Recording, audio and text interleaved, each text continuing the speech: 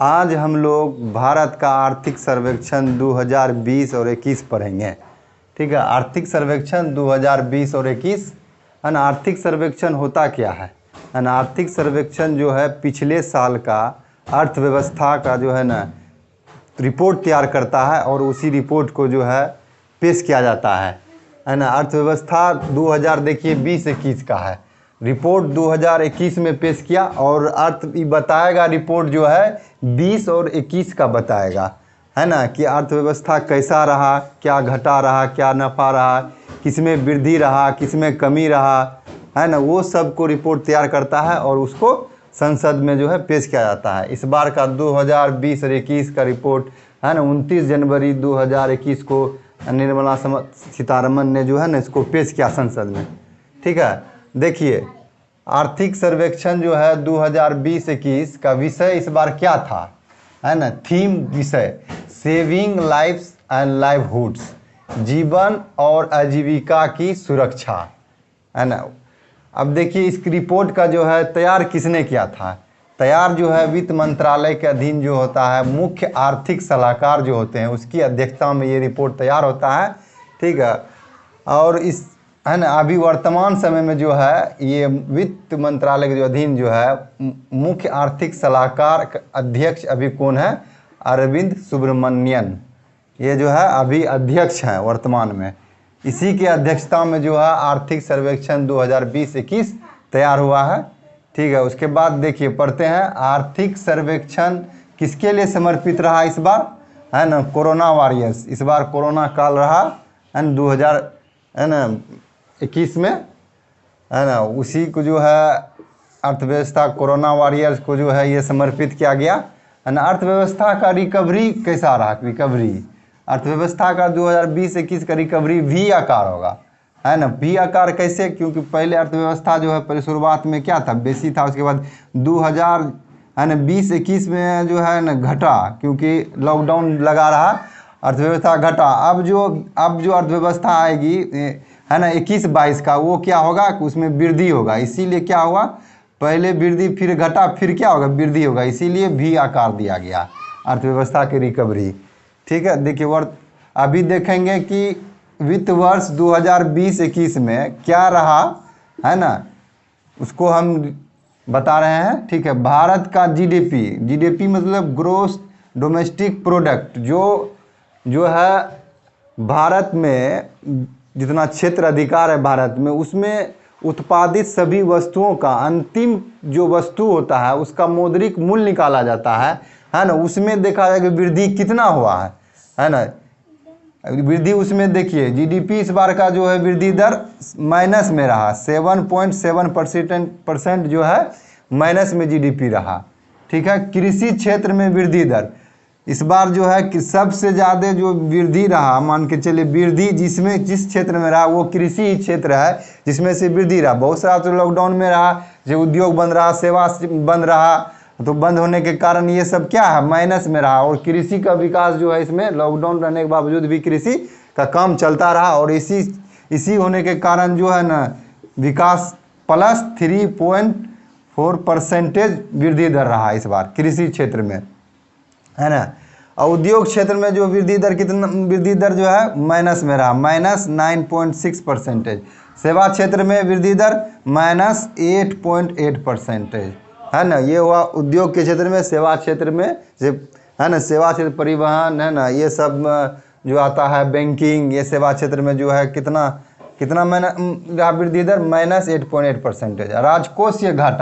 राजकोषीय घाटा कितना रहा, है ना, 3.5% राजकोषीय घाटा रहा है। राजकोषीय घाटा क्या होता है ना, राजकोषीय घाटा होता है कि, है ना,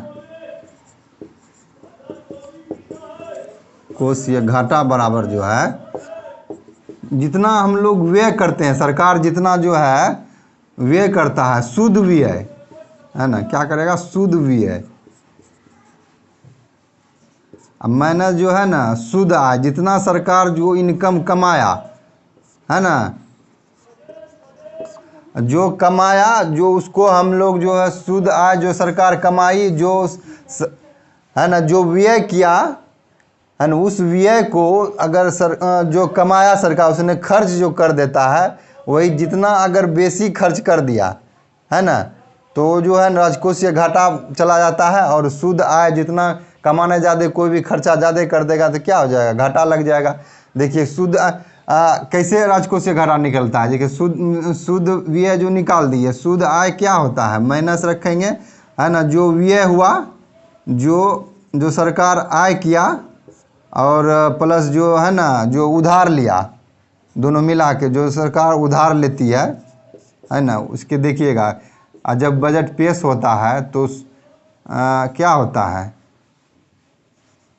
बजट जब पेश होगा कि शुद्ध माइनस है, क्या हो जाएगा, शुद्ध व्यय तो पूरा खर्चा कर दिया, मतलब कि किसी संपत्ति को नहीं खरीदा, पूरा जो है खर्च कर दिया हर चीज़ में, तो क्या हो जाएगा, माइनस आय, माइनस उसके बाद माइनस क्या हो जाता है, उधार।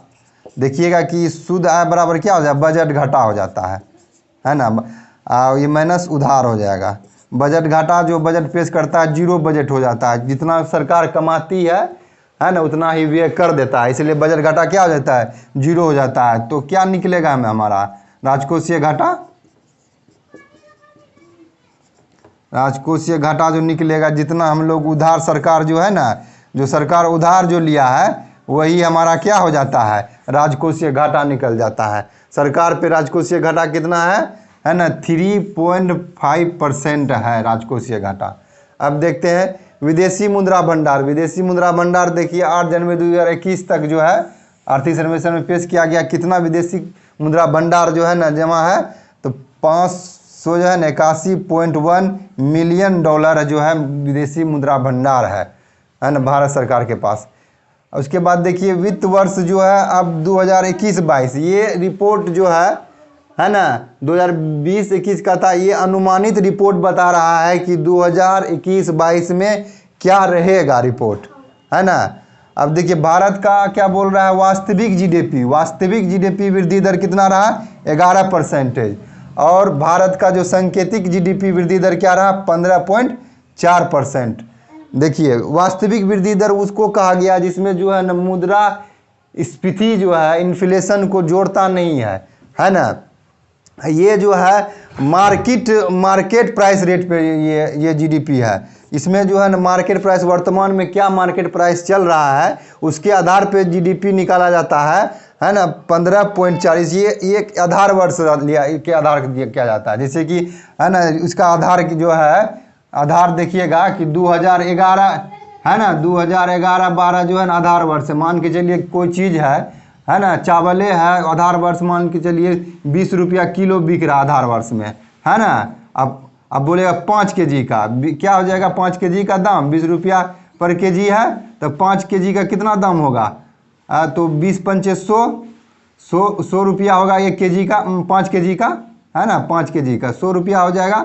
ये देखिए जो आधार वर्ष से ही लिए हैं तो 11% निकल रहा है, मान लीजिए वास्तविक जीडीपी होगा। अगर सांकेतिक वर्तमान में क्या चल रहा है, 20 रुपया दर नहीं है, दर कितना है 40 रुपया दर है ना। उसके बाद देखिए 5 kg का कितना हो जाएगा, 5 kg का निकलना है ना, 40 रुपया पर kg है ना। 5 kg का कितना हो जाएगा, 5 kg का है ना 40 गुना 5 करेंगे, 5 चौके 20, कितना हो जाएगा 200 रुपया हो जाएगा। वही 5 kg के देखिए इसमें क्या हो जाएगा, जो वर्तमान सांकेतिक मूल्य जो वर्तमान इन्फ्लेशन जोड़ा गया है ना, जो वर्तमान करंट प्राइस है उसके आधार पे जीडीपी वृद्धि दर कितना है ना 15.4% बेसी है ना। वास्तविक जीडीपी दर कितना है 11%। ये दोनों बहुत ही इंपॉर्टेंट है ना।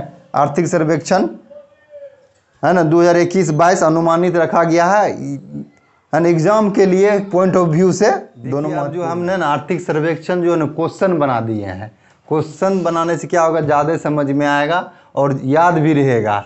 ठीक है, ये क्वेश्चन के आधार पर जो है समझिए और देखिए, क्वेश्चन ही जो है एग्जाम में हल करना होगा। और क्वेश्चन देखिए इसी प्रकार से आएगा।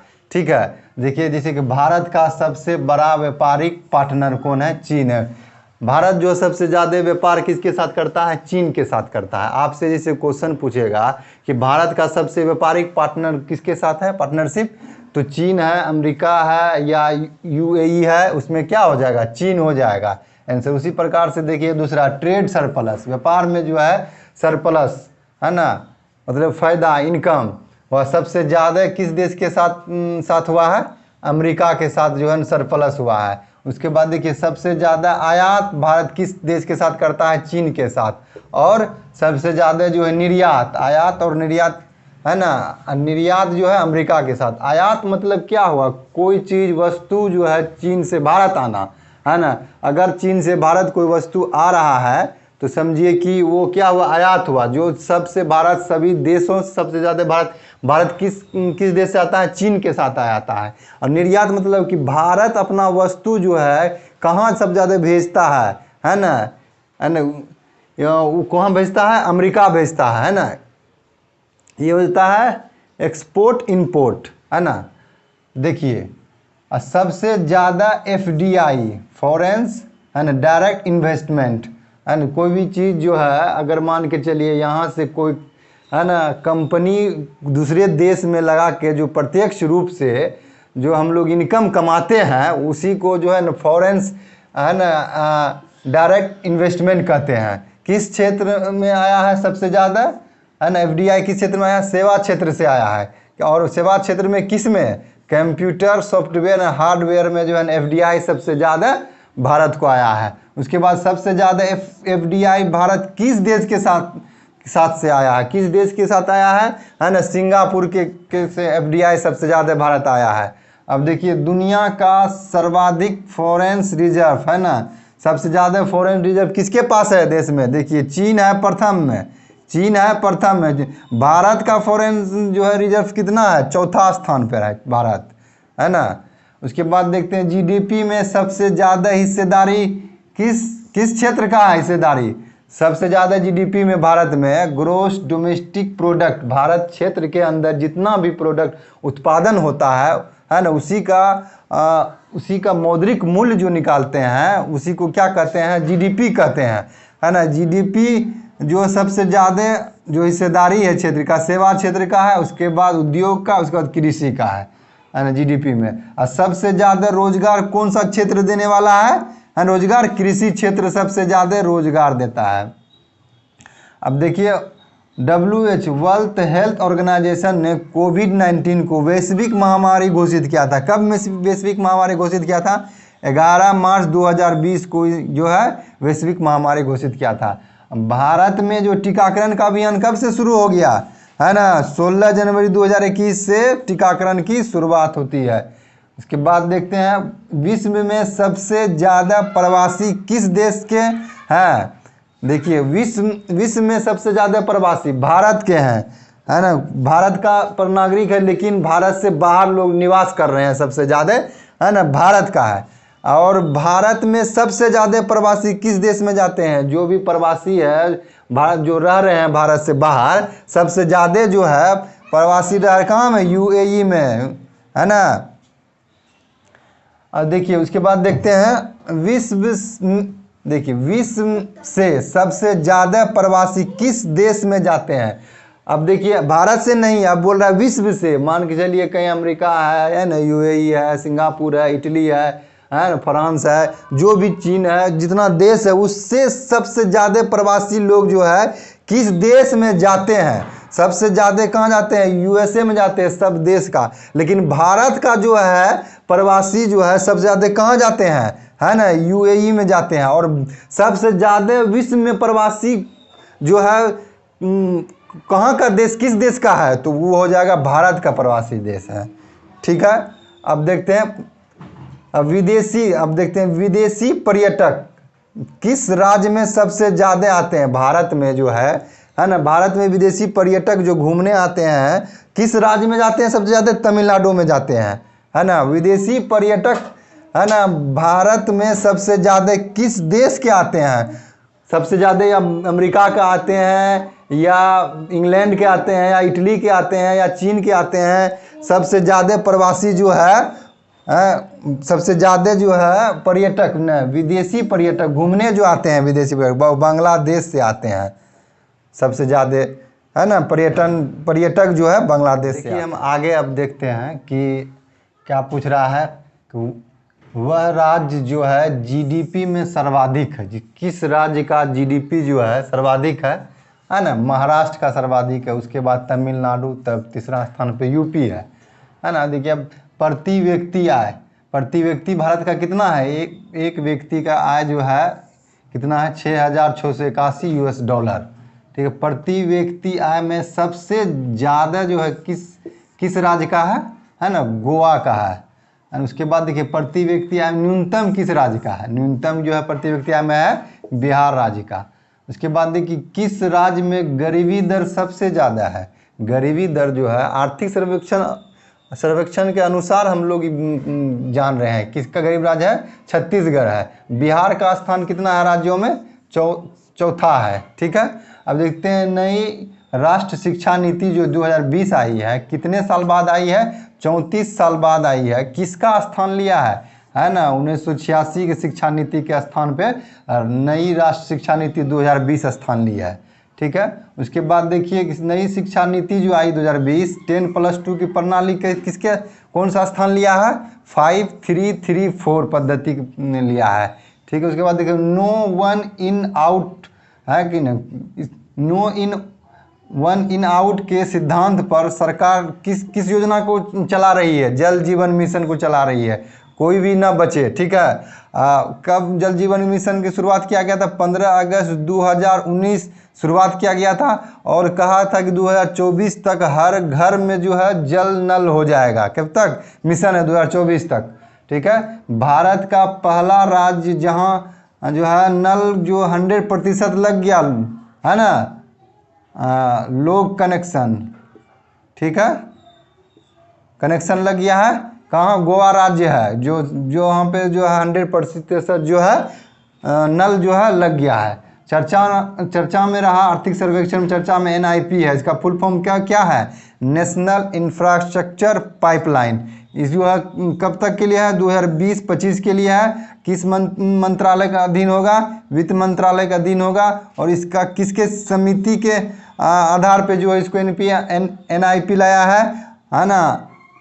अतानु चक्रवर्ती की समिति के आधार पे NIP आया है। और ये किसके लिए आया है? भारत को जो है विश्व स्तरीय इंफ्रास्ट्रक्चर उपलब्ध कराएगा, इसलिए आया है। अब देखिए आर्थिक सर्वेक्षण 2020-21 में जो है चर्चा में ये भी रहा PLI। क्या है इसका फुल फॉर्म? जो है ना प्रोडक्शन लिंक इंसेंटिव है ना। ये क्या है? किस सेक्टर के लिए आया है? 10 सेक्टर के लिए आया है, जैसे है ना मेडिसिन हुआ, केमिकल हुआ, ये सब सेक्टर है। जैसे गुड्स प्रोडक्ट जैसे खाद्य पदार्थ के है, सब सेक्टर में जो है ना विकास करेगा। ये जो है घरेलू मैन्युफैक्चर को बढ़ावा देगा, है ना। बाहर से कम ये लाएगा सामान, लेकिन क्या करा? घरेलू मैन्युफैक्चर पे बल देगा। एक सूर्य, एक विश्व और एक ग्रिड पद्धति जो है चर्चा हुआ है इस जो है आर्थिक सर्वेक्षण में। किसे? अंतर्राष्ट्रीय सौर गठबंधन जो है, अंतर्राष्ट्रीय सौर गठबंधन जो गठन अंतर्राष्ट्रीय सौर गठबंधन के लिए ही जो है ना एक सूर्य, एक विश्व, एक ग्रिड पद्धति जो है चर्चा किया गया है। वो गठन जो हुआ था कब हुआ था? 30 नवंबर 2015 में गठन हुआ था अंतर्राष्ट्रीय सौर गठबंधन। और इसमें अहम भूमिका किसका है? भारत और फ्रांस मिलकर किया। इसका मुख्यालय कहाँ है? गुड़गांव में है, हरियाणा। गुड़गांव हरियाणा में है। वर्ष 2019-21 अब देखिए दौरान जो है मत्स्य उत्पादन जो है कितना रहा? 14.16 जो है मिलियन मीट्रिक टन रहा है ना मत्स्य उत्पादन। मनरेगा के अंतर्गत जो मजदूरी 20 रुपया बढ़ाकर जो है 1 अप्रैल 2021 से जो लागू किया है, कितना बढ़ाया है? 20 रुपया बढ़ाया है। कितना हो जाएगा मजदूरी प्रति? है ना 202 रुपया जो है मजदूरी हो जाएगा। अब प्रधानमंत्री जन आरोग्य योजना जो है PM जन आरोग्य योजना है ना, आयुष्मान भारत जिसका कहा जाता है, शुरू किया गया था। वो कब किया गया? ये भी चर्चा में है आर्थिक सर्वेक्षण में, इसलिए हम इसको शामिल किए हैं। 23 सितंबर 2018 को कहाँ शुरू किया गया था? रांची से शुरू किया गया था। देखिए एक पॉइंट है डिफेंस मैन्युफैक्चर में FDI जो सीमा बढ़ाकर 49 से जो बढ़ाकर कितना कर दिया? 74% जो है ना बढ़ाकर कर दिया गया है।